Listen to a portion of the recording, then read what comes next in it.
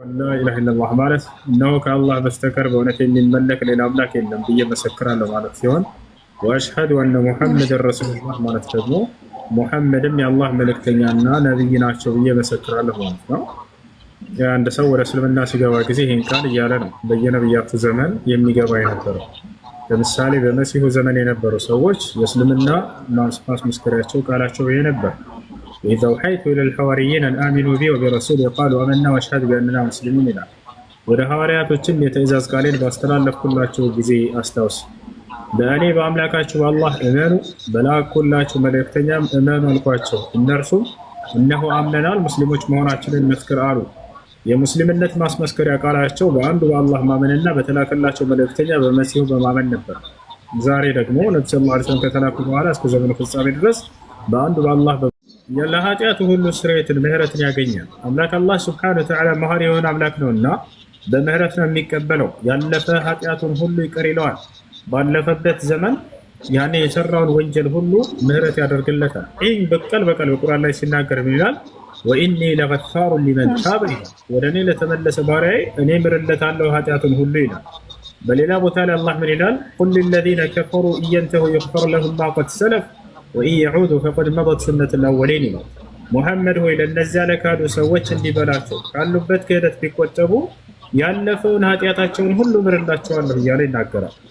ይህ ከታወቀ አንድ ሰው ወደ እስልምና በመምጣቱ በቀጣዩ ዓለም ምን ተስፋ ተሰጥቶታል ከአምላኩ ዘንድ ወደሚለው እንምጣ። እንግዲህ ከሞት በኋላ ህይወት እንዳለ እናምናለን። ወይ የዘላለም ገሃነም አለ ወይ የዘላለም ገነት አለ። ታዲያ ሙስሊም ለሆነ ሰው ይሄ ተስፋ ተሰጥቶታል ወይ? የተስፋ ቃል አለው ወይ? አዎ የተስፋ ቃል ከአምላኩ ከአላህ ተሰጥቶታል። ምን እንደሚያገኝ ከተባለ የዘላለማዊ ህይወት እንደሚሰጥና እዛም ላይ ገነትን እንደሚወርስ አምላክ አላህ ይህን ቃል በቃል ሲናገር ምን ይላል?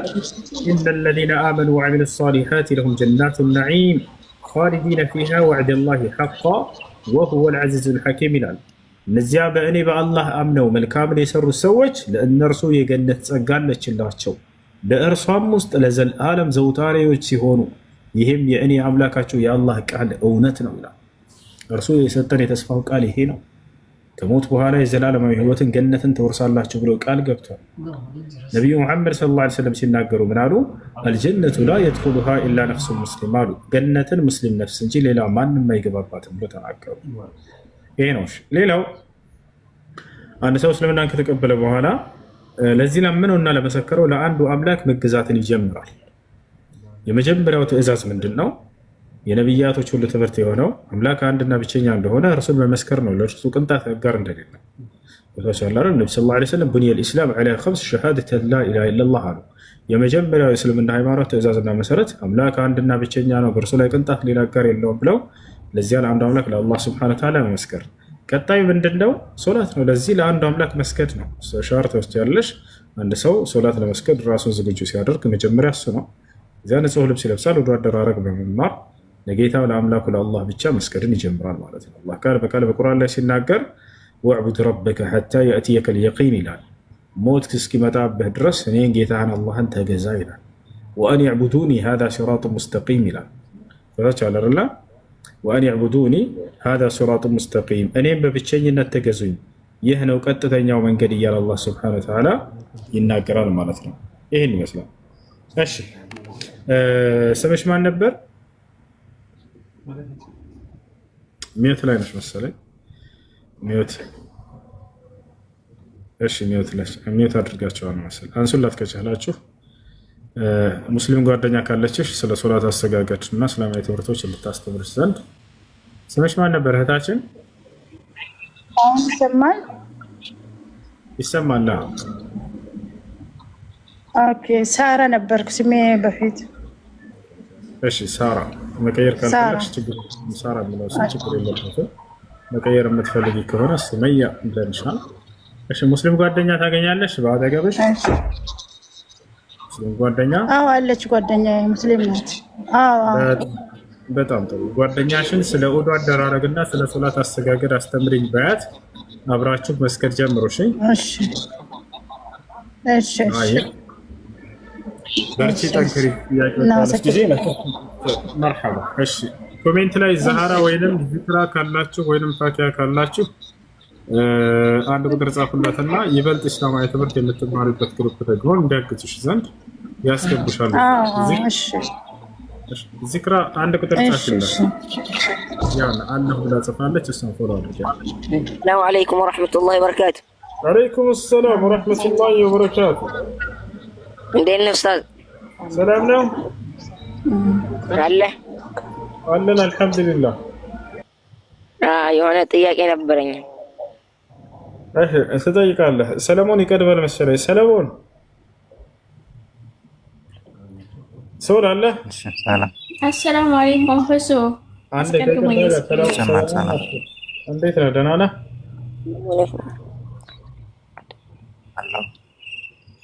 አቤት ሰለሞን ደህና ነህ?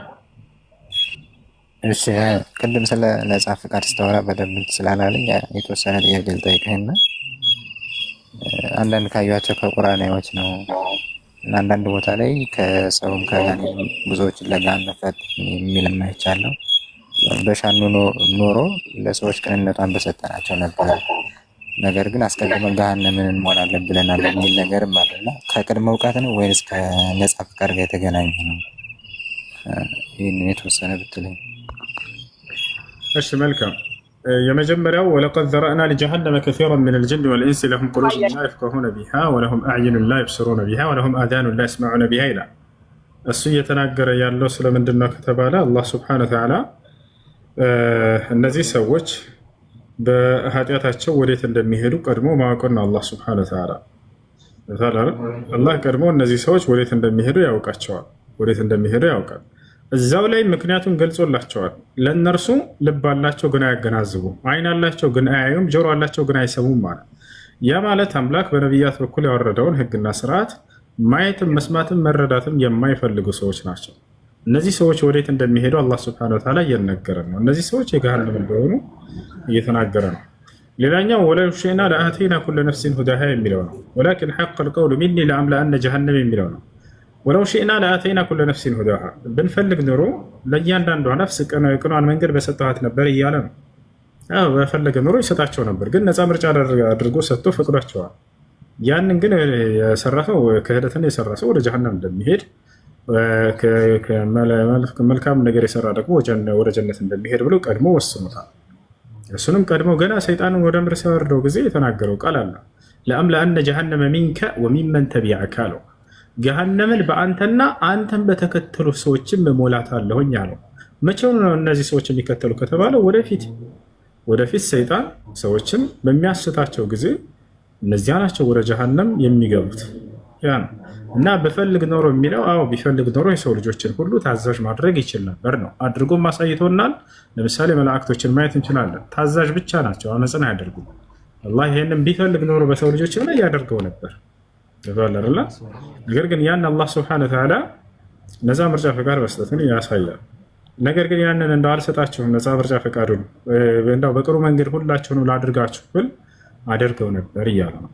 ልክ መላእክቶችን አድርጎ እንዳሳየን። መላእክቶች ምንድን ናቸው ከተባለ ታዛዥ ብቻ ናቸው፣ አማጺ አይደሉም። አላህ በቁርአን ላይ ሲናገር ምን ይላል? የቁል አላህ ሱብሓነሁ ወተዓላ ላ ያዕሱነ አላህ ይላል፣ እኔን አላህን አያምፁኝም አለ። ታዲያስ ወየፍዐሉነ ማ ዩእመሩን አለ። ላ ያዕሱነ አላህ ማ አመረሁም ወየፍዐሉነ ማ ዩእመሩን፣ እኔ ያዘዝኳቸውን አያምፁኝም፣ ያዘዝኳቸውን ግን ያደርጋሉ አለ። እሺ ይሄ ነው። እሺ አይ ከቅድመ እውቀት ጋር ተያይዞ የሆነ ሰው ሲፈጠር ካፊር ሆኖ እንደሚፈጠር ያውቃል። የሆነ ሐዲስ እንደዛ የሚል ነገር አይደለም። እና ስለዚያ ስለ ህፃኑ ልጅ ከሆነ እንደዛ ሳይሆን የሚለው ጡቢዓ ካፊረን ነው የሚለው። ኸድር የገደለውን ልጅ እርሱ ካፊር እንደሚሆን አላህ ሱብሓነሁ ወተዓላ ካፊር ሆኖ ተጻፈ ነው የሚለው። ያ ቀድሞ መወሰኑን የሚያሳይ አይደለም። ነገር ግን ያ ልጅ በሚያደግ ጊዜ በክህደት ላይ ቤተሰቦችን እንደሚያስቸግር ብሎ አላህ በቁርአን ላይ ገልጾታል። ሰዎች ሲፈጠሩ ሙስሊም እንደሆኑ አላህ በቁርአን ላይ ይናገራል ቃል በቃል ሰዎች ሁሉ ሲፈጠሩ ገብቷል አይደል? ያ ልጅ ግን በሚያደግ ጊዜ ቤተሰቦቹን በክህደት ላይ እንደሚላቸው በክህደት ላይ እንደሚያስገድዳቸው ተገልጿል። እና ሰዎች ሲፈጠሩ ሁሉ ሙስሊሞች ናቸው። ይህን አላህ በሐዲስ ላይ ሲናገር ሐዲስ አልቁድሲ ላይ ኢኒ ኸለቅቱ ዒባዲ ሑነፋአ ይላል። እኔ ባሮቼን ከሐሰት ወደ እውነት የተዘነበሉ አድርጌ ፈጠርኳቸው ይላል። ፈጅታነትሁም ሸያጢን ከዚያም በኋላ ሰይጣናት ግን አሳተቻቸው እያለ ይናገራል። በሌላ አላህ በቁርአንም ላይ ሲናገር ፊጥረት ላህ እያለ ይገልጸዋል። التي فطر الناس عليها ይህ ዲን እኔ ሰዎችን ሁሉ ስፈጥርባቸው ጊዜ የፈጠርኩባቸው ዲን ነው ሃይማኖት ነው እያለ ይናገራል። ነቢዩ ሰለላሁ ዐለይሂ ወሰለም ማ ሚን መውሉድን ኢላ ወዩለዱ ዐለል ፊጥራ ማንም የሚወለድ ልጅ የለም እርሱ በተፈጥሮ ሙስሊም ተደርጎ የሚወለድ ቢሆን እንጂ እያሉ ይናገራሉ። እንዴት ሰው ሙስሊም ተደርጎ ይወለዳል የሚል ሰው ጥያቄው መልሱ ምንድን ነው? እኛ እንግዲህ ስንፈጠር ጊዜ ሁለት አይነት አፈጣጠር ነው ያለን።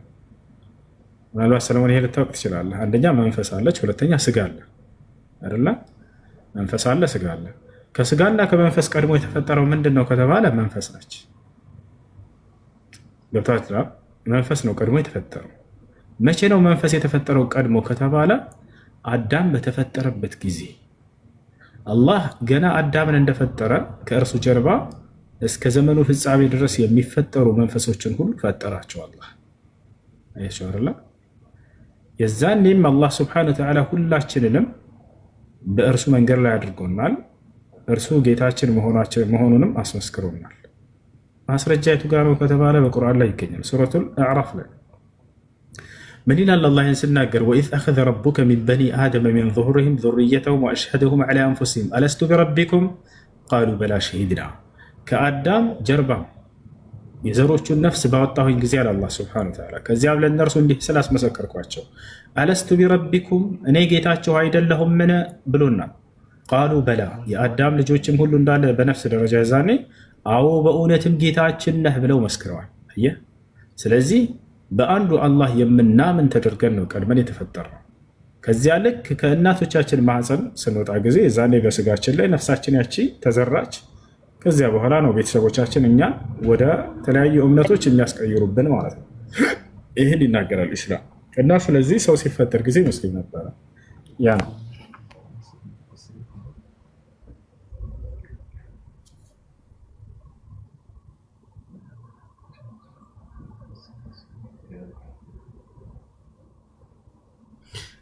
ቅድም ያልከኝ አዲስ ምናልባት ቁጥሩን ታስታውሰዋለህ? እኔ ያየሁት ሌላ እንዳይሆን አስታውሰዋለሁ። ያ ኸድር የገደለው ልጅ ጦቢዓ ካፊርን ካፊር ተደርጎ ተጻፈ የሚለው ነው አይደለ?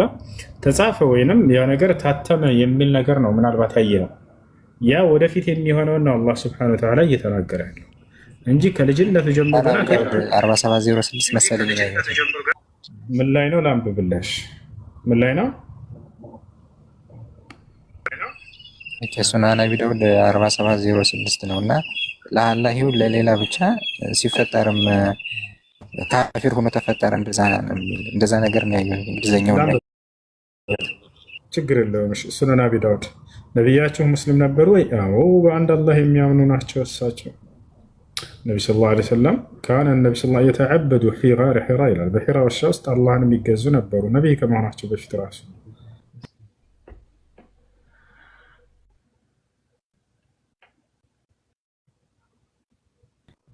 ሱነን አቢ ዳውድ ስንት ነው ያልከው? ሱነን አቢ ዳውድ 4706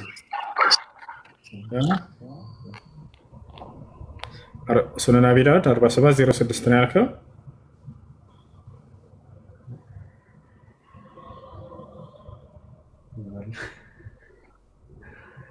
ያስተጋባል።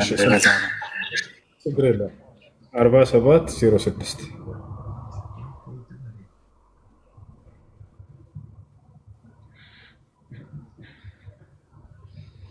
يا سلام يا سلام يا سلام 4706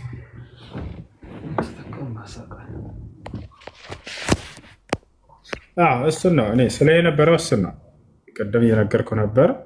الغلام 4706 حدثنا محمود بن خالد حدثنا الفرياني عن إسرائيل حدثنا أبو إسحاق عن سعيد بن جبير عن ابن عباس قال حدثنا أبي بن كعب قال سمعت رسول الله صلى الله عليه وسلم يقول في قوله وأما الغلام فكان أبواه مؤمنين وكان طبع يوم طبع كافرا بتاتم ጊዜ ካፍር እሱ ካፍር ሆኖ ታትሟል ይላል።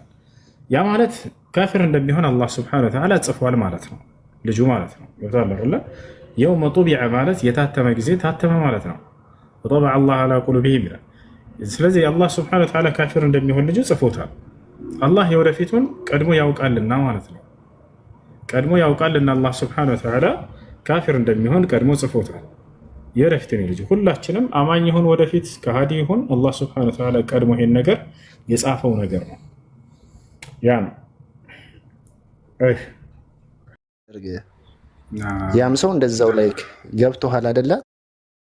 ስለዚህ አንድነትን እምነት ሲሆን የራስን እምነት ጀስት ስታስተምር ያም ሰው የራሱን እምነት ሲያስተምር ሰው ነው መርጦ እኮ አንተ ስለ እምነት ስታስተምር ሰው ተስቦ ሊመጣል ይችላል እንጂ የኔን እምነት ስሰር በቃ እንትን ነው ስክሮል ነው ማድረግ ላይክ አንተ እኔን ማዳን ካለብህ። በነገራችን ላይ አንድ ሰው ንጽጽር የሚሰራው ለሆነ ሰው ፍቅር ሲኖረው ነው። ገብቶሃል አይደለ?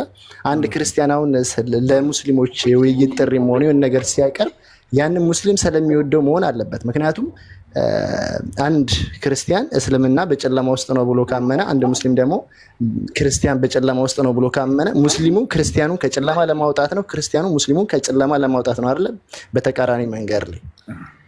ስለዚህ ማለት ለኛ ፍቅር ካላችሁ እኛ ከእንደዚህ አይነት ነገር እንድንወጣ እኛም ደግሞ ለእናንተ ትልቅ ፍቅር ካለን እናንተም ፎከስ አድርጋችሁ ኢቨን በእንደዚህ በመንፈሳዊ ንጽጽር የሚሰሩትን ሰዎች እውነታውን ለመመርመር እነሱ ከሚያወሩት እኔ አሁን አንተ ስታወራ ገብቼ መጽሐፍ ቅዱስ ላይ የራሴን ማለት አንተ ከተናገርከው ውጭ የራሴን ትኩረቶች አነባለሁ ምናምን ከጠቀስካቸው ጥቅሶች አይ ዛሬ የተናገረው ነገር ትክክል አይደለም፣ አይ ይሄኛው እኮ እውነት ነው፣ ለምን የኛን አባቶች አልጠየቅም በሚል ፎከስ። ሌሎችም ሙስሊሞች ባይዘው በዚህ ልክ መረዳትን ወስዳችሁ አሁን ማለት ቴክኖሎጂ በጣም ስለረቀቀ ሰው ሁሉ እምነትን አስገድደው ሳይሆን በራሱ ፍላጎት ነው የሚመርጠው። ባይዘው እዚህ ጋር 1600 1000 ስንት ሰው 1500 ሰው የራሱ የፈለገውን ዛሬ የፈለገውን እምነት የመምረጥ መፍት አለው፣ ማንም አይከለክለውም። ስለዚህ ላይክ በዚህ ልክ ስለሆነ ኢቨን አንዳንዴ ማይሆን ነገር እንትን ከሚባል እንደ እምነት ላይ ፎከስ ትክክለኛ ነገር ብንማር የሚል ነው። እኔ እንኳን እንዲህ እውቀቴም ከፍ ያለ አይደለም ለማውራት ምናምን። አመሰግናለሁ ስላስገባኸኝ። መልካም ሜሪ አለሽ? አሎ ሰላም አለይኩም። ወአለይኩም ሰላም። እኔ ጥያቄ አለኝ። ጥያቄ ስለ ንካ ነበር ልጠይቅ የፈለኩት እና እኔና ባለቤቴ የተጋባ ነው ማለት መጀመሪያ ላይ ተዋደን ከዛን ሽማግሌ የሀገር ሽማግሌ ንካ አሰሩልን፣ ቤተሰብ ምናምን ሁለቱ ቤተሰብ ማለት ነው። ከዛን አብረን እየኖርን በመሃል አለመግባባት ተፈጥሮ ተለያየን። ከዛን ተለያይተን ከዛን እኔም ለራሴን ስራ ነው የምሰራ፣ እሱ ከዛ በኋላ ሄደ። የት እንደሄደ አላውቅም። ከተለያየን 4 ዓመታችን አልፎታል። በመሃላችን አንድ ልጅ አለን ማለት ነው። ከዛን ከሄደ በኋላ እስከ ዛሬ 4 ዓመት አልፎኛል። የት እንዳለም አላውቅም። እኛንም ለመፈለግ ሙከራ አላደረገም። እኔም ስለሱ የት እንደሆነ አላውቅም። እና አሁን ለማግባት ብፈልግ የሱ ንካ አለብኝ። ያኔ እዛም ሰፈር ላይ አግኝቼው ወይ ደግሞ ሰው ልኬበት ንካ ይስጠኝ፣ ንካ አውርድልኝ ስለው እምቢ አለ። ያኔ እምቢ አለ። ከቆይታ በኋላ ደግሞ ጠፋ። እሱ የት እንደጠፋ አላውቅም። እና ልጅቷ ህፃኗ እኔ ጋር ነው ያለችው። እኔ ነኝ እያሳደግኳት ያለሁት። እሱ የት እንዳለ አላውቅም። ከዛን አሁን ላገባ ብፈልግ ሽማግሌ ልኬ ምናምን ቤተሰብን ነግሬያቸው እንዲልኩ ሽማግሌ አድርጌ ለቤተሰቡ ንካ እንዲያወርድልኝ ምናምን ጠይቁልኝ አልኳቸው። ከዛን እኛ ራሳችን የት እንዳለ አናውቅም አሉ። የሱ ቤተሰብ የት እንዳለ አናውቅም፣ ከቆየ ከወጣ አሉኝና እና ንካይንም ሊያወርድ አልቻለም። እኔ ለማግባት ብፈልግ አሁን እኔ እሱ የት እንዳለ አላውቅም። እችላለሁ ወይ? ንካ በንካ ላይ ነው ይባላል ወይስ እንዴት ነው? ንገረኝ እስቲ። እሺ አመታቶች ሆኖት አይደለ? ከጠፋ 4 ዓመት አልፎታል። አዎ በቃ ወደ ሸሪዓ ፍርድ ቤት ሄደሽ መረጃ ከሌለ ከሱም ሆነ ከቤተሰቦቹ ምንም አይነት መረጃ ካላገኘሽ የት እንደጠፋ በአቅራቢያሽ አንዴ ልመልስልሽ። አዳምጪ እህት እድል ስጭኝ። አንድ ደቂቃ ላውራ ትፈቅጂልኛለሽ? እሺ። ሽክረን ጊዜ ስለሰጠሽ አመሰግናለሁ። በሰጠሽ ጊዜ ላይ ጣልቃ አትግቢ። እስክጨርስ አዳምጪ። እሺ። እና ከጠፋ ባሏ አንዲት ሴት አመታቶች ከሆኑት ፈልጋ አስፈልጋ ካጣቸው እሱም አድራሻውን ከደበቀ ከጠፋ በአቅራቢያዋ ወደሚገኝ ሸሪዓ ፍርድ ቤት በመሄድ ፈስክ ታስደርጋለች፣ ኒካህ ታስወርዳለች። የሸሪዓ ፍርድ ቤቱ ቃዲ ይሄን ኒካህ የማውረድ ስልጣን ተሰጥቷል። ስለዚህ የዛኔ የሸሪዓ ፍርድ ቤቱ ቃዲ ኒካህን ካወረደላት በኋላ የዒዳ ጊዜ ጠብቃ ታገባለች። ለምን ይሄን ያክል ጊዜ ቆይተው የለ እንደ የዒዳ ጊዜ መጠበቅ ለምን አስፈለገ ከተባለ አላህ ቃል በቃል በቁርአን ላይ ከተፈታች በኋላ እንድትጠብቅ ስላዘዘ አላህ በቁርአን ላይ ምን ይላል? ወልሙጠለቃቱ የተረበስነ ቢአንፉሲሂነ ሰላሰተ ቁሩእ አለ። የተፈቱ ሴቶች በራሳቸው ላይ 3 ሀይል እስኪያዩ ድረስ ይጠብቃሉ ብሏል። ከዚያ በኋላ ማግባት ትችላለች ማለት ነው። ይህ በዑመር ብን አልኸጣብ ረዲየላሁ አንሁ ጊዜ ተከስቶ ነበር። ይሄ ታሪክ እርሱ እያስተዳደረ ባለበት ጊዜ አንዲት ሴት መጣች። ነቢያችን ሰለላሁ ዐለይሂ ወሰለም ካለፉ በኋላ በዑመር ብን አልኸጣብ ጊዜ አንዲት ሴት መጣችና አንቱ የአላህ መልእክተኛ ሆይ፣ ይቅርታ የአሚር አልሙእሚኒን አንተ የምእመናን አሚር ሆይ አለች። ከዚያ በኋላ ባሏ ለአመታት ያክል እንደጠፋባት ተናገረች። ለ3 ዓመት እንደዚህ ለ4 ዓመት ጠፍቶባታል። ባል የጠበቅኩት ሊመጣ አልቻለም። እኔ ደግሞ ማግባት ፈለግኩኝ ምን ላድርግ አለች። ዑመር ብን አልኸጣብ የጊዜው አሚር ስለነበር እርሱ ኒካህን አወረደላት። ከዚያ በኋላ ሌላ ሰው አገባች። ስለዚህ እንደዚያ ነው የምታደርገው። እሸት ሸሪዓ ፍርድ ቤት ኒካህን አስወርጅና ሌላ ባል ማግባት ትችላለች። እሺ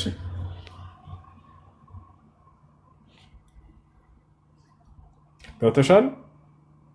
አሎ ገብቶኛል። እንደዛ ነው የምታደርጊው። አቡከር ሰላም አለይኩም።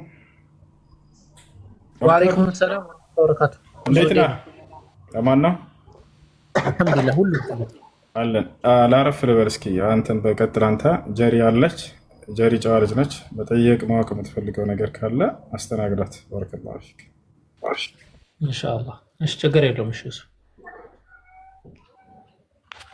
ጀሪ ሰላም ብያለሁ።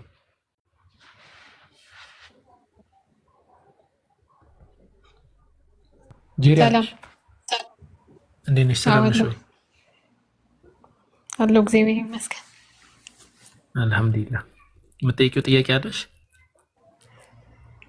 አዎ ከውሱ ጋር የጀመርነው ነገር ነበርና ኢየሱስ አልተሰቀለም ብላችሁ ነው የምታምኑት? ያው ከክርስቶስ ቃል እስቲ ያው መጽሐፍ ቅዱስ ላይ ክርስቶስ እንደሚሰቀልና በ3ኛው ቀን ከሞት እንደሚነሳ ተናግሯል። ክርስቶስ ራሱ ማለት ነው። ሐዋርያቶቹ ይቅሩና ጌታችን ለምን እንደዛ ተናገረ? እንደገና ደግሞ ኢሳይያስ ላይም ተጽፏልና ያው ክርስቶስ ከመወለዱ ከ600 ዓመት በፊት ነው እሱ የተጻፈው። ይሄ ቃል እንዴት ይጻፋል? ምን አልከኝ? ኢሳይያስ ላይ የተጻፈው ለምሳሌ አሁን አደገኛ ክሌም ነው ኢሳይያስ ላይ ተጽፏል ካልሽ አደገኛ ክሌም ነው ኢሳይያስ ላይ ተጽፏል ማለት ሙግቱ አደገኛ ሙግት ነው የሚሆነው። ለምን ያ መጽሐፍ እንግዲህ የራሱ ባለቤቶች አሉት፣ ግን ነው ብለሽ እየሞገትሽ ነው። ሰው ማስረጃዎች ያስፈልጉሻል። ኦኬ ወደ ኢሳይያስ ይፈይ። እሺ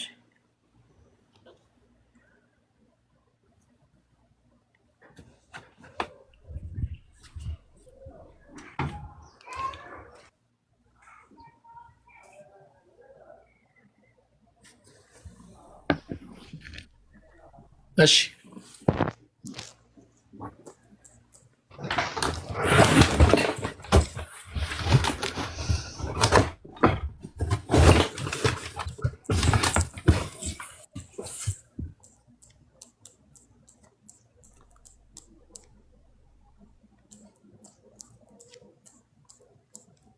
ሀሳቡን ማውራት ትችላለሽ ጄሪ። ጥቅሱን እነግርሻለሁ ከፈለግሽ። ሀሳቡ ላይ ማውራት እንችላለን። አልተሰቀለም የሚለው ራሱ በጣም ራሱን የቻለ አልተሰቀለም የሚለው ራሱን የቻለ ትልቅ ሀሳብ አለው ውስጡ ማለት ነው። እኛ ሙስሊሞች አልተሰቀለም ስንል ኢየሱስ ክርስቶስ ከምን አንጻር ከምን ተንተርሰን እንደምን ላስረዳሽና ከዛ በኋላ ደግሞ አንቺ አይ ተሰቅሏል ለምትይበት ደግሞ የፈለግሽውን የነቢያት ከዚህ በፊት የነበሩ የነቢያት መጻሕፍት ናቸው ብለሽ የምታስቢያቸውን ንግግሮች ወይ ደግሞ ኢየሱስ ክርስቶስ ተናግሯል ብለሽ የምታስቢያቸውን ንግግሮች እያንዳንዳቸውን ብታቀርቢያቸው የተሻለ ይመስለኛል ከአካሄድ አንጻር ማለት ነው። ምን ያለሽ ነገር ሰራን እና መሲህ አንድ መሲህ አልተሰቀለም ብለን ምናምነው እኛ ያ መሲህ በፍጹም የአምላክ መጠበቅ ከሱ የተለየ ይሆናል ብለን ስለማናስብ ነው። በተጨማሪ እንዳልኩሽ የባይብል ጥቅሶችንም አንስተን ኢየሱስ ክርስቶስ አልተሰቀለም ብለን እንናገራለን። በተጨማሪም ኢየሱስ ክርስቶስ እንዳልተሰቀለ ራሱ ኮንፈርም የሚያደርጉ አንዳንድ ታሪኮችን ማግኘት እንችላለን። ኮንፈርም የሚያደርጉ ማለት ነው። የቦናይቶችን ከዚህ በፊት ጠቅሰን እናወራለን። እንዲሁም ሌሎች አሉ። እነዛን መሰረት አድርገን ኢየሱስ ክርስቶስ ተሰቅሏል የሚለው ሀሳብ ስህተት ነው ብለን እንሞግታለን ማለት ነው። አሁን ወደ አንቺ እንቀጥል።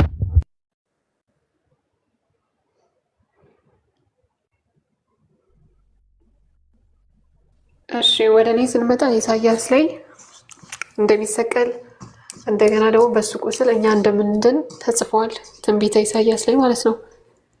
ከዛ አልፎ ደግሞ ጌታችን ክርስቶስ የዮሐንስ ወንጌል ምዕራፍ 3 ቁጥር 15 ላይ ሙሴ በምድረ በዳ እባብን እንደሰቀለ እንዲሁ የሰው ልጅ ሊሰቀል ዘንድ ይገባዋል ብሎ ተናግሯል።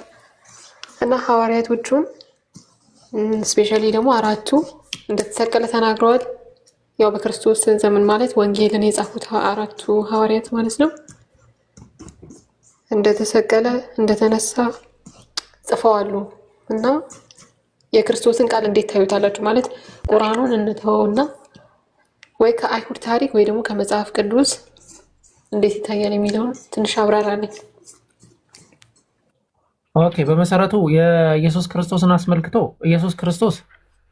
የኢየሱስ ክርስቶስን ስቅለት አይንማኝ ናቸው የምንላቸው አንድም ሐዋርያቶች የሉም በፍጹም ማለት ነው። ሊጠቀስም አይቻልም፣ የማይሆን ነው። አንድም ሐዋርያ ልጠቅሷቸው ኢየሱስ ክርስቶስን ዮሐንስ አለ እስከ መስቀል ድረስ ነው እሱ የተከተለው። መጽሐፉ እንደዛ ይላል። ኦኬ እሺ፣ እንሂድ። ዮሐንስ ወንጌል ምዕራፍ 26 ቁጥር 1926 ላይ ያለው ጥቅስ ይመስለኛል። ኢየሱስ ክርስቶስን እኮ ጥሎት ሄዷል እኮ ዮሐንስ። በዛው ተረካ መሰረት ተናጋሪው ራሱ ዮሐንስ አይደለም።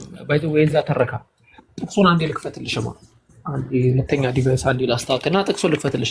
ከዛ በኋላ የጠቀሽው ጥቅስ አለ። የጠቀሽው ጥቅስ ኢሳይያስ ምዕራፍ 53 ላይ የሚገኘው ጥቅስ ይመስለኛል። ለኢየሱስ ክርስቶስ ስቅለት የሚጠቀሙት ጥቅስ እሱ ነው። እሱም ጥቅስ ቢሆን የሚያወራው ስለ እስራኤል ሕዝብ እንጂ ስለ ኢየሱስ ክርስቶስ አይደለም። ዊል ሲን እንመለከተዋለን። ኦኬ፣ ዮሐንስ ወንጌል ምዕራፍ 19 ቁጥር 26 ኦኬ።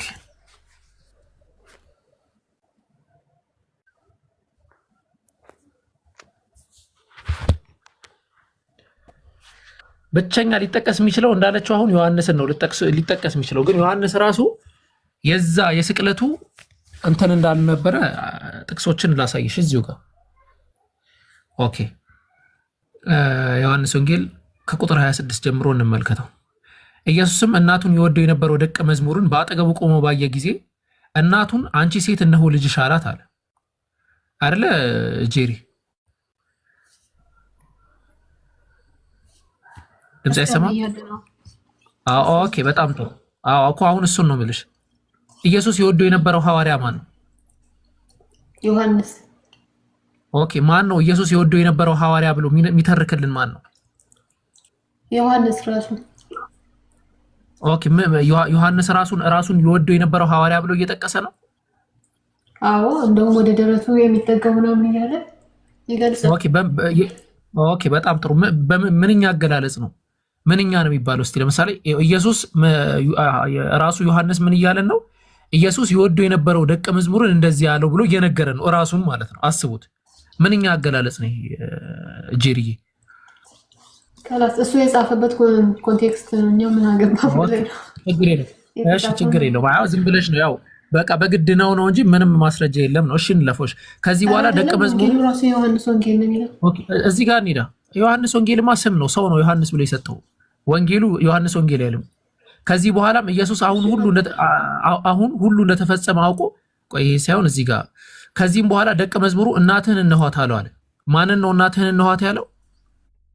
ዮሐንስን አይደለ? የክርስቶስን እናት ኢየሱስ ማርያምን አይደለም፣ እናትህን እንኋት አለው። ደቀ መዝሙሩን ይዛት ሂድ ማለት ነው። ዮሐንስን ነው ያለው ክርስቶስ ዮሐንስን ነው።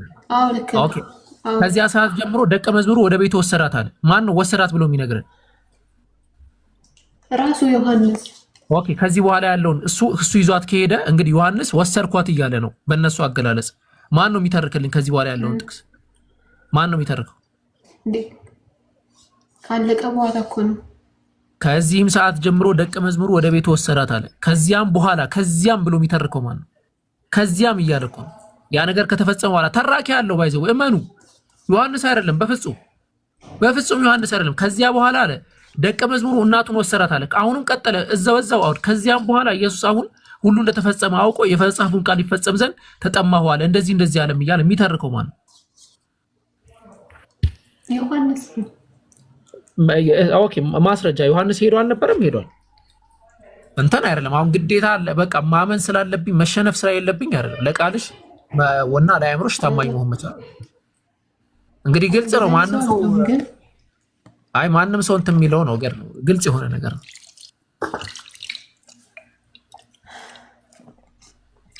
ኦኬ እሺ ምናልባት በቃ ሌላ ጊዜ ደግሞ አይተሽው ትመጪና እናወራበታለን። ኦኬ ኢሳይያስ ቆይ ዮሐንስ መጽሐፉን የጻፈው ክርስቶስ ካረገ በኋላ ነው፣ መንፈስ ቅዱስ ከወረደላቸው በኋላ ማለት ነው። ማስረጃሽ ምንድነው? የዮሐንስ መጽሐፉን ለመጻፍ መጽሐፉ ራሱ የዮሐንስ መጽሐፍ ነው። ማን ነው ዮሐንስ ወንጌል የሚለው እኮ ስም እኮ ነው። የመጽሐፉ ዋና አካል ነው። እሱ ሲጽፈው ዮሐንስ ወንጌል ብሎታል። እንደጻፈው ምንም ማስረጃ የለም። እሺ ይሄ ዮሐንስ ራእይን ራሱ እንደጻፈ ተናግሯል። ራእይ እኮ የትኛው? ዮሐንስ ራእይ በመሰረቱ ማን አንደኛ ሁለት አይነት እንትን አለ ዮሐንስ ራእይ ላይ። የመጀመሪያው ራእዩን ራሱ የጻፈው ዮሐንስ የትኛው ዮሐንስ ነው የሚለው ላይ ራሱ የዘብዴዎሱ ልጅ ነው ወይስ ብዙ ዮሐንሶች አሉ የትኛው ነው የሚለውን አያውቁትም በመጀመሪያ። ሁለተኛ ማን ነው በቁርአን አትወያይም ምናምን የሚለውን ሰው ያስገቡልኛል። ቆይ እናወራበታል። አስገቡት እሱን ሰውዬ በቁርአን አትወያይም ሲል የነበረውን ሰውዬ ና ገባና እስቲ ሞክረው፣ ችግር የለውም በሁለቱም መሞከር ትችላለህ። አንደኛ እሱ፣ ሁለተኛ ደግሞ ዮሐንስ ራእይ ላይ ራሱ ማን ነው የእንትና ብለን የምንጠራው አካል ዮሐንስ አፈወርቅ ብለን የምንጠራው አካል የራሱ የሆነ ጭማሪዎችን ያስገባበት መጽሐፍ ነው። እዛው የመጽሐፉ አንድምታ ላይ ማግኘት ትችላላችሁ። ዮሐንስ ራእይ ላይ ራሱ ይሄ ማን ነው ጆን ክሪስሞስ ተብሎ የሚጠራው አካል ክርስቶስም ተብሎ የሚጠራው አካል ወይም ደግሞ ዮሐንስ አፈወርቅ ራሱ የራሱን ሐሳብ እንደጨመረበት መግቢያው ላይ ማግኘት ትችላላችሁ። የመጀመሪያው አንድምታው ትርጓሜ መቅደም ላይ ማለት ነው። እኔ ከተመቸኝ ላሳያችሁ እችላለሁ። የዮሐንስ ራእይን እንግዲህ ማስረጃ አድርገን ለመጻፍም አስቸጋሪ ነው። ኦኬ እንቶ እና ብቻ ግን ይሄንን መጽሐፍ ዮሐንስ እንደጻፈው ማስረጃ የለም። አንቺም እንዳየሽ ነው። ኢቭን እንዳልጻፈው ነው ማስረጃዎች የሚያሳዩት። እንግዲህ ከዚህ በኋላ እያለ እየተረከልን ያለ አካል አለ። አንደኛ እሱ ነው። ሁለተኛ ኢሳይያስ ምዕራፍ 53 እና ምዕራፍ 52 ላይ በሐሳብ ደረጃ የሚነሳ ነገር አለ። በሐሳብ ደረጃ ምንድነው የሚነሳው? ልክ እሷ እንዳለችው እነሱን ጠቅሰው ያ የተነገረው ለኢየሱስ ክርስቶስ ነው፣ ለኢየሱስ ክርስቶስ ስቅለት ነው የሚያወራው ብለው ያወራል። በመሰረቱ ያ መጽሐፉ ራሱ የአይሁድ መጽሐፍ ነው። በአይሁድ አስተምሮ፣ በየትኛው የአይሁድ አስተምሮ ነው ሰው ለአምላክ መስዋዕት የሚቀርበው? ሰው ለአምላክ መስዋዕት አይቀርብም። አምላክ የሰውን መስዋዕት አይቀበልም በፍጹም፣ በመጀመሪያ ደረጃ ማለት ነው። ሁለተኛ መስዋዕት ራሱ የሚቀርበው ኢየሱስ ክርስቶስ መስዋዕት ነው የቀረበው። በእነሱ አሳሰብ መሰረት በመስዋዕት ራሱ የሚቀርበው ሰው ጠርታችሁ እናንተ ቆሻሻ ቦታ ላይ ሰውን ምግብ ተጋብዛላችሁ እንዴ? እንጨት ላይ እንዴት ሰው መስዋዕት ይቀርባል? አምላክ ያስጠነቀቃቸው ቦታ እኮ ነው። ያ እንጨት የእርጉሞች ቦታ ነው ብሎ ነው ያስጠነቀቃቸው እግዚአብሔር ሲነግራቸው ለአይሁዶች። እንዴት አድርገው ነው መስዋዕት ብለው ቢያስቡት ኢየሱስ ክርስቶስን በእንጨት ላይ የሰቀሉት? በእናንተ ሀሳብ ኦኬ መጽሐፉ ራሱ ይተነብያል ብላችሁ የምታስቡ ከሆነ ማለት ነው። እና በዚህም ሆነ በዛ የማያስኬድ ነው። ኢሳይያስ ምዕራፍ 52 ቁጥር 5 ላይ ሕዝቤ በከንቱ ተወስዷል፣ አሁን ከዚህ ምን አለኝ? እንዲህ ይላል ያህዌ ምናምን፣ እንደዚህ ተወሰደ፣ እንደዚህ ለኃጢአት እንትን ሆነ ምናምን ተብሎ እየተነገረ ያለው አጠቃላይ አገላለጹ አውዱም የሚናገረው ለእስራኤል ነው። ለዛም ማስረጃ ደግሞ እኛ የራሱ መጽሐፉ ባለቤት ነን ብለው የሚጠሩ አካላቶችን አምጥተን መናገር እንችላለን ማለት ነው። ኦኬ እሺ፣ አሁን ልቀጥልና እኔ ፖይንት ላንሳ አይደለም። ኦኬ ነገር ካለ ዮሐንስ እንደጻፈው የዮሐንስ ደቀ መዝሙር ፖሊካርፕስ የሚባል በ180 ዓመተ ምህረት የነበረው በዛው ዘመን ማለት ነው የነበረው አባት ጽፎልናል። ዮሐንስ ራሱ ወንጌሉ እንደጻፈ ነገር ግን ስሙን በቀጥታ ሳይሆን ኢየሱስ የሚወደው ደቀ መዝሙር እያለ ሲገልጽ እንደነበረ ነግሮናል። ያው በዛው ዘመን የነበረ የእሱ ተማሪ ፖሊካርፐስ እርድእት ነው። ፖሊካርፐስ በየትኛው መጽሐፍ ላይ ሐዋርያው ዮሐንስ ወንጌሉን ይህንን ወንጌል ሐዋርያው ዮሐንስ ጽፎታል ብሎ አልተናገረም። ካለሽ ማስረጃ እስኪ። አይ ቲንክ ወደ 4 የሚታወቁ መጽሐፍቶች አሉት። ለመናፍቃን ባዘጋጀው መጽሐፉ ላይ ኤራኔስ የእሱ እርድእት አይደለም፣ ፖሊካርፐስ ነው ያልሽኝ። ፖሊካርፐስ ነው እርድእት ወይም የእሱ ተማሪ ብለን የምንገልጸው። ኦኬ 3 አካላቶች አሉ ላንሳለሽ። ኢግናሽየስ ዘሩም ብለን የምንጠራው አለ። እሱ ከሁሉም የቀደመ ነው። ከዛ እነ ፖሊካርፐስ አሉ። ከዛ እነ ሄርማን አለ። ከዛ ደግሞ ኤራኔስ ተጠቃሽ ነው። ኦኬ ኤራኔስ በቀጥታ የዮሐንስ ደቀ መዝሙር ነው እኮ ፖሊካርፐስ የለም እኮ ነው የምልሽ። ከፖሊካርፐስ ማስረጃ አታመጭም ነው የምልሽ። አለ የፖሊካርፐስ የዮሐንስ ደቀ መዝሙር ሲሆን የፖሊካርፐስ ደቀ መዝሙር ነው ሄራኒየስ። እሱ ነው የጻፈው። ኦኬ ዳትማችን እኮ ፖሊካርፐስ የለም። ፖሊካርፐስ ማስረጃ የለሽም። የፖሊካርፐስ ደቀ መዝሙር ያው እሱም ደግሞ በሁለተኛው ክፍለ ዘመን ላይ ነው። አንድ ናቸው እኮ ፖሊካርፐስ የለሽም። ፖሊካርፐስ የተማረው ከዮሐንስ ነው። ከፖሊካርፐስ ደግሞ ሄራኒየስ ተማረ። ዲፈረንስ ፖሊካርፐስ ብሏል ስትይኝ በየትኛው መጽሐፍ ላይ ፖሊካርፐስ ብሏል የሚለው ማምጣታችን ብዬ ነው የነገርኩሽ እኮ። ፖሊካርፐስ አለ እኮ አላልኩም። መጀመሪያ ፖሊካርፐስ ስላልሽ ነው። እሺ ሁለተኛ እሺ፣ አሁን ፖይንትሽ ማንሳት ትቻለሽ። እነ ፖሊካርፐስ እርድእቶቹ ካሌሉበት እዚህ ላይ እነ ክሌመንት ኦፍ ዘ ሩም እነ ፖሊካርፐስ ሌሎቹ እነ ሄርመን እዚህ ፖይንት ላይ ካሌሉ ከዚህ በኋላ ኦልሞስት አልቋል ማለት ነው። ስለዚህ ፈርስት ሃንድ የሆነ ከዮሐንስ ተማሪዎችን ማግኘት አንችልም። ምናልባት ከተማሪዎቹ ተማሪ አለ ብለሽ ነው የምትሞግችው። እሱ ማን ከሚባል ግለሰብ ነው? ኢራኒየስ ተብሎ ከሚጠራ ግለሰብ ከዚሁ ማስረጃ አለን ብለሽ ነው የምትሞግችው እንጂ ከእንትን የለም ማለት ነው። ከዮሐንስም የለም፣ ከዮሐንስ ደቀ መዝሙርም የለም አይደለም እንዴ? ከዮሐንስ ደቀ መዝሙር ተምሮ እኮ ነው ኢራኒየስ የጻፈው። ኖ ገብቶኛል። የለም ነው ምልሽ። ከሁለቱም የለም ነው ምልሽ አይደለ? እሺ ዋናው ነገር ሁሉም በአንድ ዘመን ላይ መሆናቸው ነው። እና ከዚህ በኋላ ግን መጠንቀቅ ያለባችሁ ነገር ክርስቲያኖች፣ በምንም ተአምር ኢራኒየስን እንደ አንድ ክርስቲያን አድርጋችሁ የዘመኑ ኦርቶዶክሶች ስላሴ አማንያን መጥቀሳችን።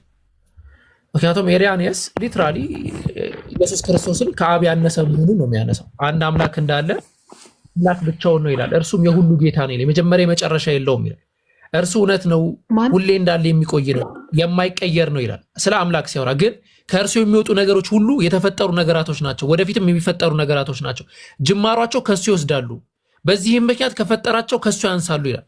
ከእሱ ያልተወለደ ነው። የተወለደ ነገር በሙሉ የተወለደ ነገር በሙሉ ከአምላክ ያንሳል ብሎ ነው የሚያነሳው ኢየሱስ ክርስቶስ ነው እና እሱን አትጠቀሙት።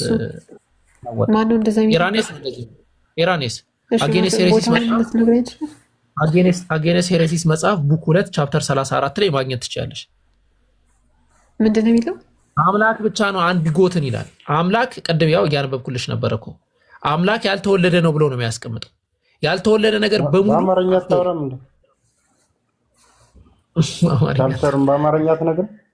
እንግሊዘኛው ነበር አማርኛ ነው ያወራሁት። ታዲያ ኢትዮጵያ ውስጥ አይደለ ያለው? ታዲያ የኢትዮጵያ ቋንቋ አይደል እንደምታወራው? ሰትየው በአማርኛ ነው እኮ ያወራሁት። መጽሐፉ አጌነስ ሄሬሲስ ቻርተር ማለት አማርኛ አይደለም? ቻርተር ማለት አማርኛ ነው? ቻርተር አላልኩም፣ ቻፕተር ነው ያልኩት። ቻፕተርን ማንም ይረዳዋል። ሚውት አድርግ እባክህ። ምን ሆኖ ነው እንዴ? እንግዲህ እኛ መጽሐፉን ነው ማነበው። እኔ ምን ልበለው? እሺ አሁን ቻፕተሩ ምን ብዬ እንትን ልግለጽልህ? ምዕራፍ ልበልህ? ይሄ መጽሐፉ ይዘት ነው። ኦኬ። እና እዛ መጽሐፍ ላይ እንደዛ ብሎ ያስቀምጣል። ኦኬ፣ ሌላ ፖይንቶች ላይ እንዳንሄድ። እሺ፣ ኢየሱስ ክርስቶስ አንቺ ተሰቅሏል ብለሽ ነው የምታምኚው? ነገር ከቃል አንጻር ነው። በነገራችን ላይ ሌላ ፖይንት ያስገባናል እንጂ እንደዛ ብሎ ሲናገር ጭራሽ ፖይንቱን አታውቂውም ጄሪ። ረፊ በማታውቂው ነገር አትግቢ። ሌላ ነገር ውስጥ ነው ከእንትን አንጻር ነው ምናምን። አዎ ቢቀር ይሻላል። ኢየሱስ ክርስቶስ ተሰቅሏል ብለሽ ታምኛለሽ አንቺ? አዎ እንደውም እኮ ጌታችን ራሱ የተናገረው ነገር አለ። ምንድን ነው መሰለህ? አይደለም በእውነት በጣም ከሚያስፈራኝ ነገር ውስጥ አንዱ ክርስቶስ አልተሰቀለም ብሎ ማመኑ ነው። እንዴት የክርስቶስ ተቃዋሚ ይመጣል? ቀላል እንደሆነ ላሳይሽ፣ እንደዛ ብሎ ማመን። ኦኬ አንቺ አሁን ማለት ነው ፖይንቱን እናንሳው። የኢየሱስ ክርስቶስ ስቅለት ምንድን ነው እንትኑ የሚያስገኘው ነገር ምንድን ነው?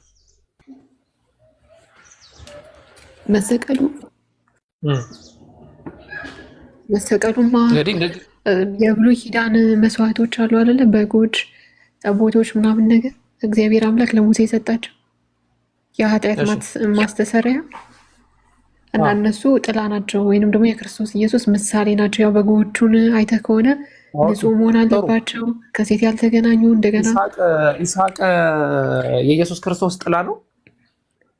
አይዋን እንደውም ማነው ይስሐቅ? አዎ የክርስቶስ ምሳሌ ነው። ምክንያቱም ይስሐቅ እንዳይታረድ። ይስሐቅ ታርዷል ወይስ በሱ ምትክ የታረደ አካል አለ? ምን አልከኝ? ይስሐቅ ነው የታረደው ወይስ በሱ ምትክ የታረደ አካል አለ እኮ? በይስሐቅ ደም ዓለም ስለማይድን እግዚአብሔር አምላክ በግን ሰጠው አይደል? በይስሐቅ ምትክ። ኦኬ ስለዚህ ለምን ነው ይስሐቅን አምላክ ያልተቀበለው? አምላክ ሰውን እንደ መስዋዕት አድርጎ ይቀበላል? አምላክ ሰውን መስዋዕት አድርጎ ይቀበላል? የተቀበለበት እስቲ የትኛው ታሪክ አለ? ኢየሱስ የእግዚአብሔር በግ ተብሏል። እነሆ የዓለምን ኃጢአት የሚያስወግድ የእግዚአብሔር በግ ብሎ ዮሐንስ ይገልጸዋል እኮ። በግ ማለት ታዛዥ ነው። እናንተም በጎች ተብላችሁ የለ እንዴ? ምን ሆነሽ ነው?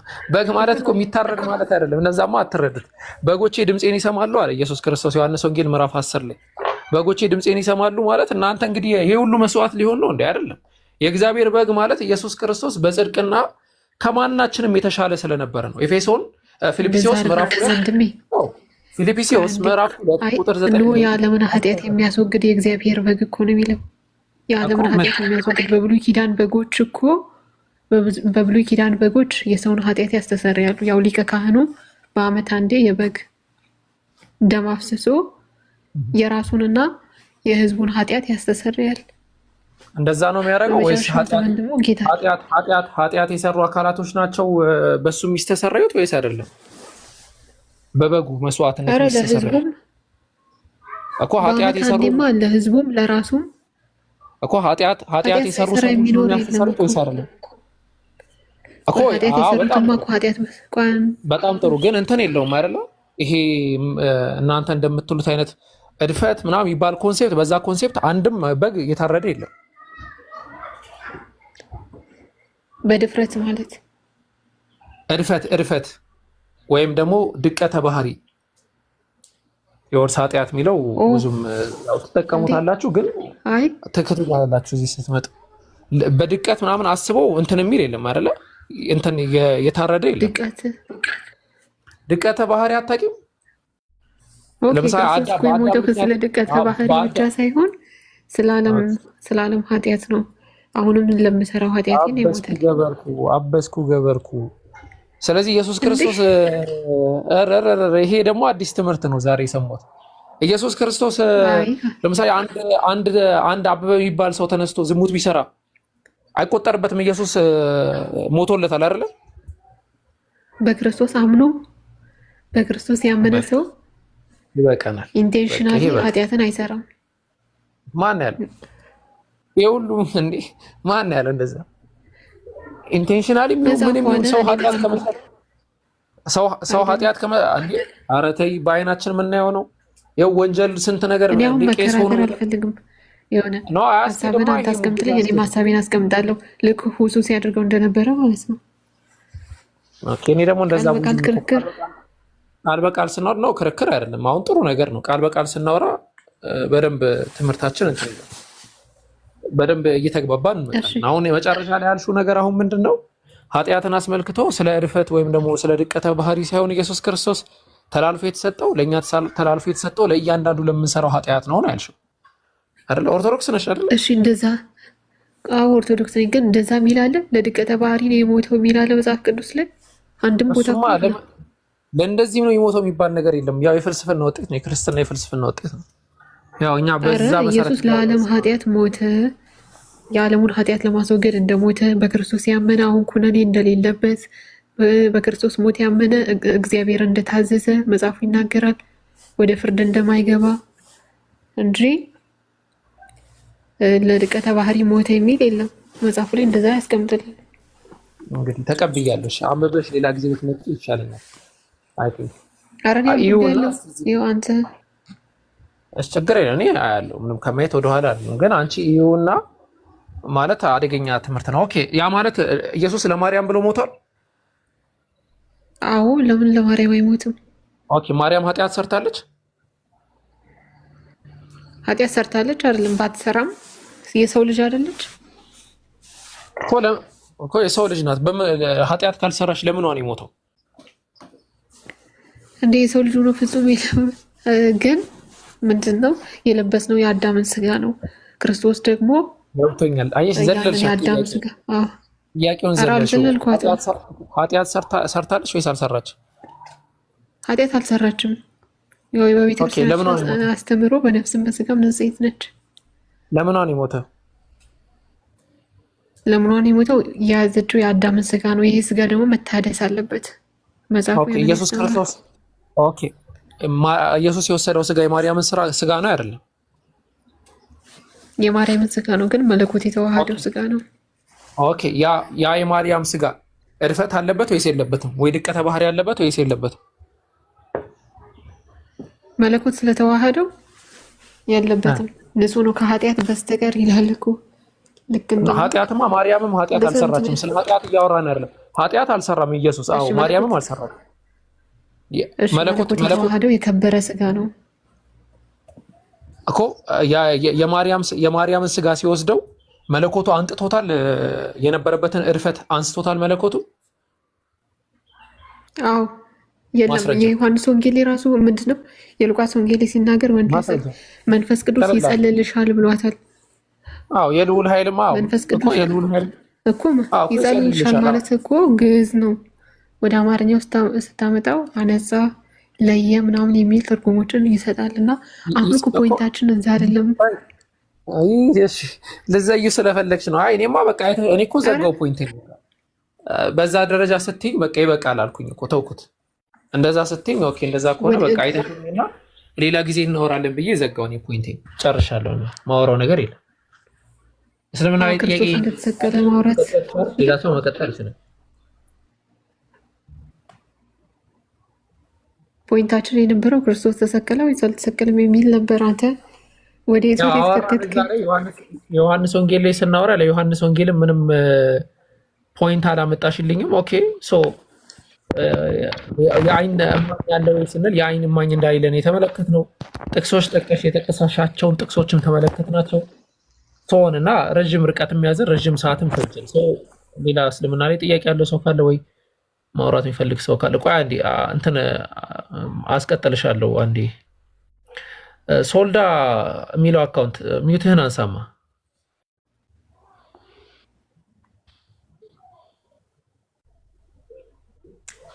ሰላም የጠየቅኩህን ጽፌልህ ነው ያስገባኸኝ። እሱን መልስልኝ። ምን ብዬ? አዎ መሐመድ የዘጠኝ ዓመት ልጅ ደፍሯል ምናምን ሚት አታረገኝ። ምንድን ነው ሚት የምታረገኝ? ጥያቄ ነው የምትመልስ ከሆነ መልስ። ኧረ እኔ እንትን አላልኩም። ምን ያርለው ሚት ማድረግህ ከይቅርታ ጋር አንዴ መጀመሪያ አረጋ በል። ሁለተኛ ለምላስህ ለከትና ልክ አድርግለት። ምናልባት ይሄ ከቤተሰብ የወረስከው ነገር ካለ እዛው ጨርስ። በማህበረሰባችን አሳዳጊ የበደለው ነው የሚባለው እንደዚህ አይነት ሰው ረጋ በል። ጥያቄዎች ካሉ ጥያቄህን መሰረታዊ በሆነ ፖይንት ማንሳት ትችላለህ። እንደዛ እናደርጋለን። ኦኬ ምናልባት አሳዳጊ የበደለው እንዳትሆን ሃይማኖትህንም እንዳታሰድብ። ከሃይማኖት የጀመርከው ከሆነ ከእናትህ ከአባት የተማርከው ነገር ከሆነ ወይል እንግዲህ እናያለን። ሃይማኖት አሳዳጊ የበደለው ሰው ባህሪ አታሰብ። ኦኬ አሁን ስርዓት ባለው ሁኔታ ጥያቄህን ቀጥል። ኦኬ የጠየቅኩህን መልስልኝ። ኦኬ ጥያቄህ ምንድን ነው? ያልኩህን መሐመድ የ9 ዓመት ደፍሯል ሚል እውነት ነው አይደለም? ይሄ ነው ጥያቄ። ማን ያለህ እንደዚህ? ጥያቄ ነው እየጠየቅኩ ነው አይደለም ነው ማን ያለህ? ስላነበብኩት ነው። ኦኬ እኮ ያነበብክበት ማስረጃ ማተልኩ ላይ ጎግል ውስጥ አለክ እኮ ክፈት፣ ጎግል ላይ ክፈትልኝ ቶሎ።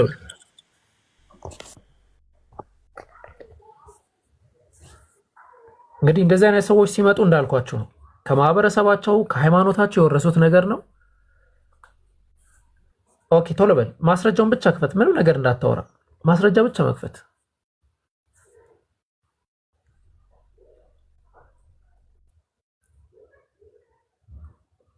አዎ እንዲህ ትወጣለህ ማለት ነው። እንዲህ ትወጣለህ። ኦኬ ካሁን በኋላ ታብታብ አድርግ በደንብ። እሺ ሙከሚል ሰላም አለይኩም ወራህመቱላሂ ወበረካቱ። ወአለይኩም ሰላም ወራህመቱላሂ። ኦኬ እንትን የምታነሳው ፖይንት ካለ እንትን ማለት ካሁን በኋላ እንደዚህ አይነት ፖይንት ሲመጡ ከእናት አባቶቻችሁ ከሃይማኖታችሁ የወረሳችሁት ነው በሏቸው። ምንም አትበሏቸው ሌላ። እንደዛ አይደለኛ አባቶቻችን እናቶቻችን እኮ እንደዚህ ነው የሚሉት። ይሄ አሳዳጊ የበደሉ ነው ይባላል። እንደዛ በሏቸው። ምንም ሌላ ነገር ውስጥ መግባት አያስፈልግም። ሲሳደቡ እንዳትሳደቡ፣ ምንም ነገር አትበሉ። ያንን ብላችሁ ማስረጃ ካለ ካሌለ ጥላችሁ ሂዱ። ማውራት የሚያስፈልገው ከነዚህ አይነት ሰዎች ጋር ማለት ነው።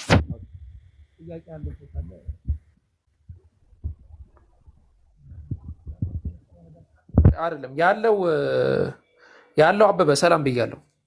ሰላም ነው። እንዴት ነህ? ሰላም ነህ ወይ? አለው ሁሉ ሰላም እግዚአብሔር ይመስገን። ኦኬ ኢየሱስ ክርስቶስ ምድር ላይ ያለ ማን ነበር የሚያመሰግነው? እኔ ብዙም አላቅም ስለ ክርስትና። እስቲ ስለ እስልምና አንዳንድ ነገር በል እኮ። ጥያቄ ካለ እስልምና ላይ ጠይቅ፣ ካልሆነ እኔ ደግሞ አንዳንድ ፖይንቶችን ላስረዳህና ካልሆነ ጥያቄ ካለ እዚህ ፖይንት የማይገባኝ አለ እስልምና ላይ እንዲህ የምትሉት ነገር ይገርመኛል ካልክ መጠየቅ ትችላለህ። እሺ ከኢየሱስ ክርስቶስ ማመር ከመምጣቱ በፊት እስልምና ነበረ ወይስ እስላም የሚባል ስያሜ ነበረ? እሺ ስለሱ አንዳንድ በለኝና ከዛ ወደ ጥያቄ እንቀጥላለን። እሺ ኦኬ። አሁን የጠየቀን ጥያቄ በጣም ወሳኝ ጥያቄ ነው። መለኮታዊ ወሳኝ ጥያቄ ነው። ያ ጥያቄ ምንድን ነው? እናንተ የምትከተሉት ሃይማኖት ኢስላም የሚለው ሃይማኖት ኤግዚስተንስ አለው ወይ? ቀደምት የነበረ ሃይማኖት ነው ወይ? ነቢዩ መሐመድ ሰለላሁ ዐለይሂ ወአሊሂ ወሰለም የፈጠሩት ሃይማኖት ነው ወይስ አይደለም ለሚለው ምንድነው ማረጋገጫችን? ስለዚህ ያን አስመልክተን ኢንሻአላህ ሐሳባችንን እናስቀምጣለን ማለት ነው። በመጀመሪያ እኛ ምናምነው ሃይማኖታችን ጀማሪው ግለሰብ አይደለም። ነቢያችን መሐመድ ሰለላሁ ዐለይሂ ወሰለም ይህንን ሃይማኖት ጀምሮት ቢሆን ኖሮ በመሰረቱ ይህ የሃይማኖቱ መጠሪያ ስያሜ ምን ይሆን ነበር? ሙሐመድያን ተብሎ ሊጠራ ይችል ነበር ወይ ደግሞ ከዛ ጋር የተገናኘ ፖይንት ነበር ሊኖር የሚችለው።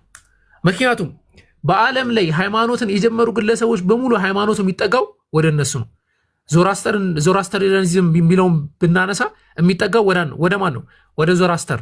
ክርስቲያን ብለው የሚያነሱት የሚጠጋው ወደ ማን ነው? ወደ ክርስቶስ ነው። አይሁድ የሚጠጋው ወደ ማን ነው? ከአይሁድ ትራይብ የመጣ ነው። ያው በሃይማኖት ደረጃም ስናስበው ማለት ነው። ኢስላም ግን ማለት አንድ አምላክን ማምለክ ማለት ነው። ለዛ ለአንድ አምላክ የአንድ አምላክ ማን ነው? አላህ። ለዛ ለአንድ አምላክ እጅግርን መስጠት ነው እስልምና ብሎ የሚጠራው። ኢስላም ብለን ስናነሳ ነቢያችን መሐመድ ሰለላሁ ዐለይሂ ወሰለም እንደነገሩን አላህም በቁርአኑ ላይ እንዳስቀመጠልን ኢስላም ከአደም ጀምሮ እስከ ምጽአት ቀን የሚቆይ ነው። አቡበከር አንዴ ይቅርታ ላናቅፍህ። ነቢያችን ከመናገራቸው በፊት ነው እኮ ጥያቄ። አሁን ነቢያችን የነገሩን ከዛ በኋላ ነው አይደለ? ከዛ በፊት ነቢያችን ባይነግሩን ኑሮስ ነቢያችን ባይመጡ ኑሮስ ምን ነበር እንትናቸው?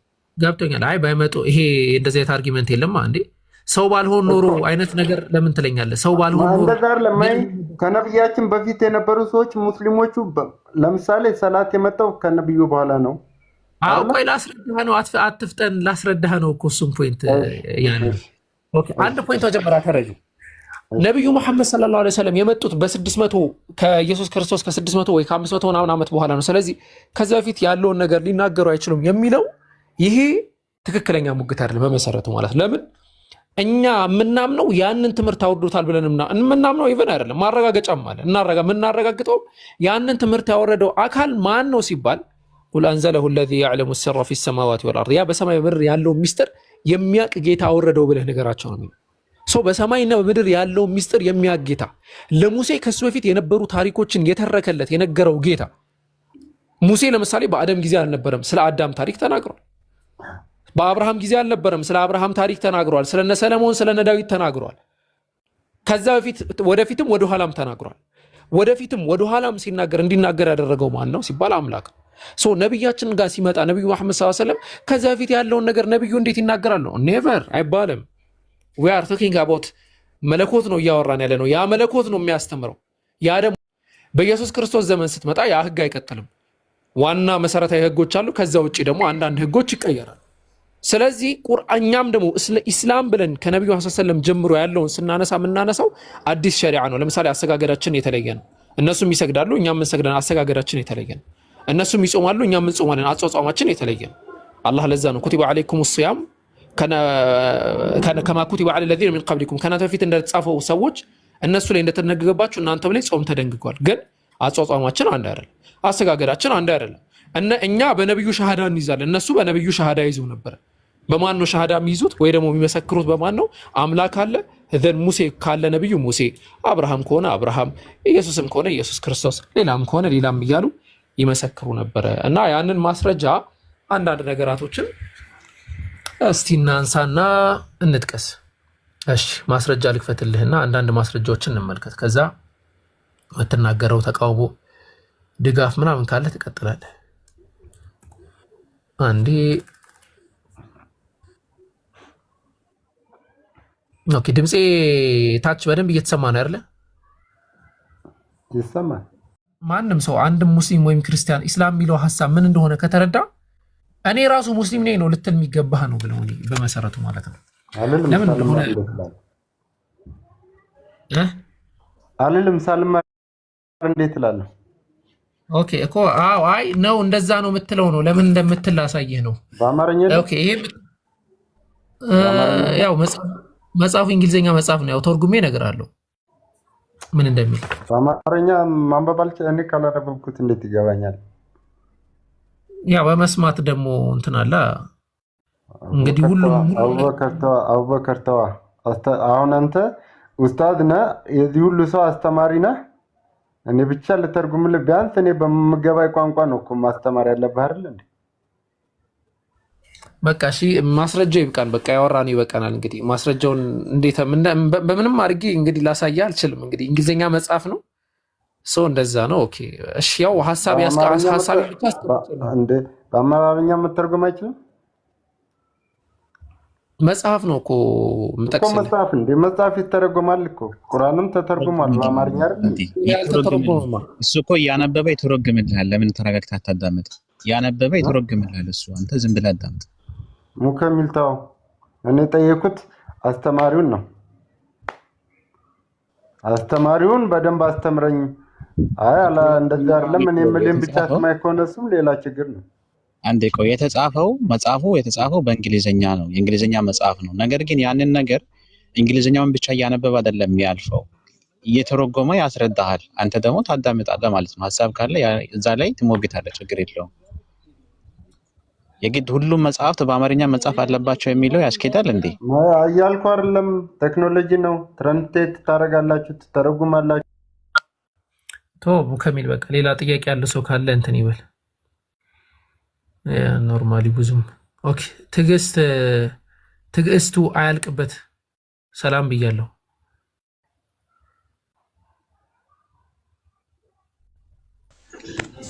እሺ ሰላም ሰላም አለን